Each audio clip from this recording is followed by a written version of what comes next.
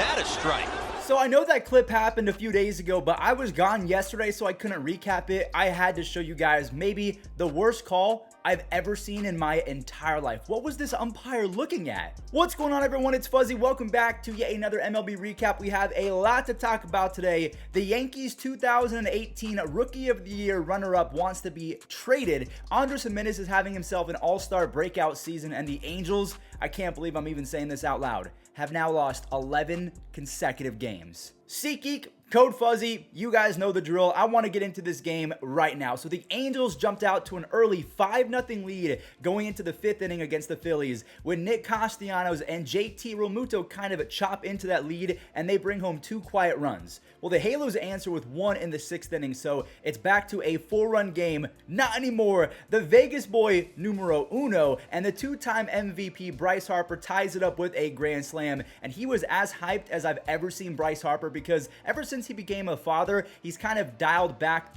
not the attitude per se, but he's not as animated as he once was. But when he is this fired up, he's so good for the game of baseball. Now it's tied. Okay, I lied. You have Duffy driving in Tyler Wade to make it 7-6, and my friend, another Vegas boy, Bryson Stott, walks it off just a few days after hitting his first career home run. So the 702 squad, that is the area code of Las Vegas, they drive in 7 RBIs in the last 2 innings. What a weekend for him, and he sends the Angels to 0-11 in their last 11 games. Mike Trout is 0 for his last 21, and the Angels actually have the 3rd worst ERA in all of Major League Baseball in the 7th inning and later, so they're just blowing games left and right. You guys remember back in 2018 when Shohei Ohtani was a rookie? Well, he finished in 1st place just ahead of Miguel Andujar, who almost had 50 doubles in like 140 games. It was absolutely unreal what Miguel Andujar was doing. Well, ever since that point, he has a 62 OPS plus, a 62 since 2019, which means that he has been 38% worse than the average hitter since almost winning that Rookie of the Year. Well, he was called up a few days ago, and then he got sent back down, and I guess that Miguel Andujar is just tired of not having consistency, because let's face it, consistency is a big reason as to why major leaguers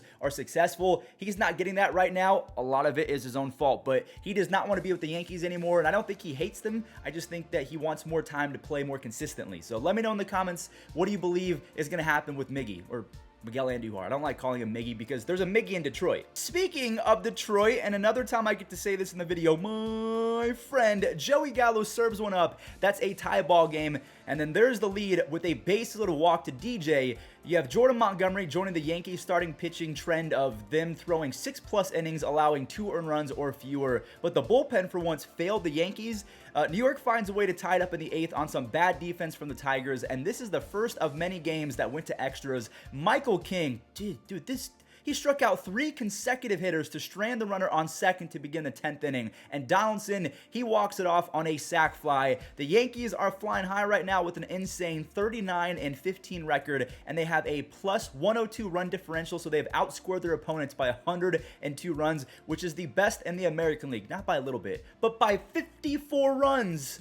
I've made this joke before, but I'm going to do it again. Jake Berger orders a number 2. He doubles in Mendick and Andrew Vaughn. Yasmani Grandal kind of runs into an RBI. He basically throws his bat at the ball for another 2 runs. Then you have Vaughn and Lubob finishing off their offensive attack with a 6-run outburst over the first 2 innings. Giolito was decent at best. He allows 2 earned runs on 10 base runners over 6 innings, and the dang Rays almost come all the way back. Luckily, Liam Hendricks was locked all the way in. He closes it out for his 16th save of the year. The Rays are now in 3rd place at 31-23, but we knew that this division was going to be one that there was no wiggle room. The Red Sox are back to a 500 record. We'll talk about them in a second. The Rays are good. The Yankees are absolutely elite. Jays, we haven't even talked about the Jays yet today. Don't worry, we will talk about them in just a moment, but let's talk about a few NL teams. We have the Cardinals and the Cubs. You have Nolan Arenado single in the 5th, getting the scoring starter for St. Louis and the Redbirds, and Donovan keeps it close with an absolute seed to home. He tosses out a runner in the 6th inning. He keeps it close. Actually, he keeps it tied 2-2. But P.J. Higgins plays spoiler again in the 8th. He has another clutch extra base hit. The dude was built to hit with runners on. He just has ice in his veins. And bless you, Lars Nootbaar, because I bet the Cardinals, the one I put $100 on the Cardinals, I said, if this doesn't pan out, I am done betting. Nolan Gorman, I was yelling at my TV. He struck out with a runner on 3rd, and his brain must have unplugged because he just didn't run after it was a drop third strike. He gets barely tossed out. We head to extras where Yenis Genesis Cabrera shut down Chicago. And then in the very next inning, you have Juan Yepes and Donovan clutching up. I mean, they clutched all the way up. A 5-3 ball game. Cabrera comes back in. He ends up going 4 innings with 5 strikeouts. He earns a big-time W, and he gave me some money in the process. So thank you very much, Cabrera and company. The Mets and the Dodgers, Trey Turner. Unfortunately, I was not able to tell you guys that Paul Goldschmidt, Brendan Rodgers, and Trey Turner all had their hitting streaks come to an end. But Trey wants another one. His stat line this year is stupid. 20 extra base hits, 44 RBIs, 11 stolen bases. Just the Starling Marte helped soften that blow a little bit, and this game was quiet for a while. The Mets stormed the castle like the Orcs in Return of the King, and they take the lead after a Pete double and an Escobar sac fly. Tomas Nido extends the lead to 4-2, and Seth Lugo, I mean, if you're a Mets fan, please let me know, why was he pitching the 9th, and Edwin Diaz came in the 8th? Maybe there was a jam or something that Diaz got out of, and then Lugo had to do the 9th. I don't know, but he imploded. Aside from that, J.D. Davis, he has an RBI double in the 10th, and this was all for Adonis Medina. I'm pretty sure that's how you say it. I believe that he was a prospect for the Phillies once upon a time, but either way, he's on the Mets. He picked up his first save, and New York is now 37-19, and they're 8.5 games ahead of the Braves. The Red Sox and the A's, Boston gets back-to-back base hits, and Devers pokes one the other way for an RBI single to make it 3 straight hits. Laureano ties it up after getting it past Franchy Cordero, and I only brought that up so I can say this. Speaking of Cordero, nice little transition, Fuzz. That is a 3-run bomb for Franchy Cordero. I mean, I know he's not Benny Bicep, so if you don't remember, Andrew Benintendi and Franchy Cordero were traded for each other, but Cordero has been much better over the last few weeks. Rich Hill uses that 87-year-old left arm to toss 6 innings with 5 strikeouts, only allowed 1 earned run. Devers rips an Oppo Taco to give him 12 home runs and an insane 170 OPS plus, as the Bo Sox improved to 17-18 over the last, let's just call it 2 weeks, and they're back to a 500 record like I mentioned. The Braves and the Rockies, this was one of the more fun games to watch of the year. Austin Riley brings home Ronald, and Ozzie Albies has finally been showing a little bit of life in that bat, especially on this one, a 2-run single. Colorado says, okay, they answered for 3 runs of their own in the very same inning, but here's Matt Olson, and yeah, that ball is not coming back, ladies and gentlemen. 441 feet, he now has 7 home runs, 28 RBIs, and a 127 OPS plus. Right now, him and Freddie Freeman have been about the same in terms of production, so I can't wait to see how that little race between those two ends up at the end of the year. Duvall crawls home on a wild pitch, and I gotta show this home run from Brendan Rodgers. Over his last 23 games, he's hitting .350 with 12 extra base hits, 17 RBIs, and an insane 981 OPS. He was the 3rd overall pick a couple years ago, so I'm happy for him. He's finally breaking out. You know who else I'm happy for? Ronald, an absolute missile, the bat flip, and then the celebration as he crosses home. He's got 10 stolen bases. He missed a month, and he's already in the top, 5 for stolen bases across Major League Baseball, also hitting a cool .313. Jansen steps in and yet again does not look sharp, but ultimately he holds the lead and he picks up his 14th save. The Braves, just like the Red Sox, are playing better as of late. The Braves are over 500 for once. They're 28-27. The ERA king Martin Perez was on the bump for the Rangers, and Eugenio Suarez doesn't care about any of that stuff. That's the first home run allowed by Martin all year, and then Suarez evens up the score. Kirby and Perez, they still have quality starts. They both allowed 2 earned runs over 6 innings. Perez struck out 7 though. Look at this kid, Ezekiel Duran. He got his first hit earlier in the ball game, and there's his very first home run. He had 32 extra base hits in 45 minor league games, so if he keeps that up, he is going to be a problem. Anyways, got to give credit to the M's because Ty France kickstarts a rally with a home run, and Eugenio Suarez plays clutch again. Doubles to right field to bring home J-Rod and Crawford. He has ice in his veins as well, and this one heads to extras, just like half of the games from yesterday. Toro scores on a wild pitch, and Sewald gets his 4th save. I just want to mention, J-Rod is on pace to have a 20 home run, 40 stolen base season. He's 21 years old and a rookie, and he plays sick defense, so he might be one of the more underrated players in baseball because no one's really talking about him right now. The Padres and the Brewers, San Diego's bats finally woke up in the 5th inning as Profar and Cronenworth both single in a few runs right before Luke Voigt grounds out for the 3rd run of the inning. Colton Wong apparently channeled his inner Babe Ruth today because that's his 2nd home run of the game, and this one ties it up at 3-3. Another extra inning game. I guess Jake was cool with that because he got another at-bat, and he enters enters the Crone Zone. He's having a tough season with a 91 OPS plus, but back-to-back games with a home run. He still has 26 RBIs and a 1.5 WAR. So even when he's scuffling, Jake Cronenworth is still one of the better players in baseball. The Astros and the Royals. The Astros get a few early, and Kyle Tucker makes ball go boom. He's up to 9 home runs, 31 RBIs, yet again proving himself as a top 10 outfielder in all of baseball. Framber was great until he allowed a 2-run bomb to Salvador Perez, but Yordan Alvarez had his back.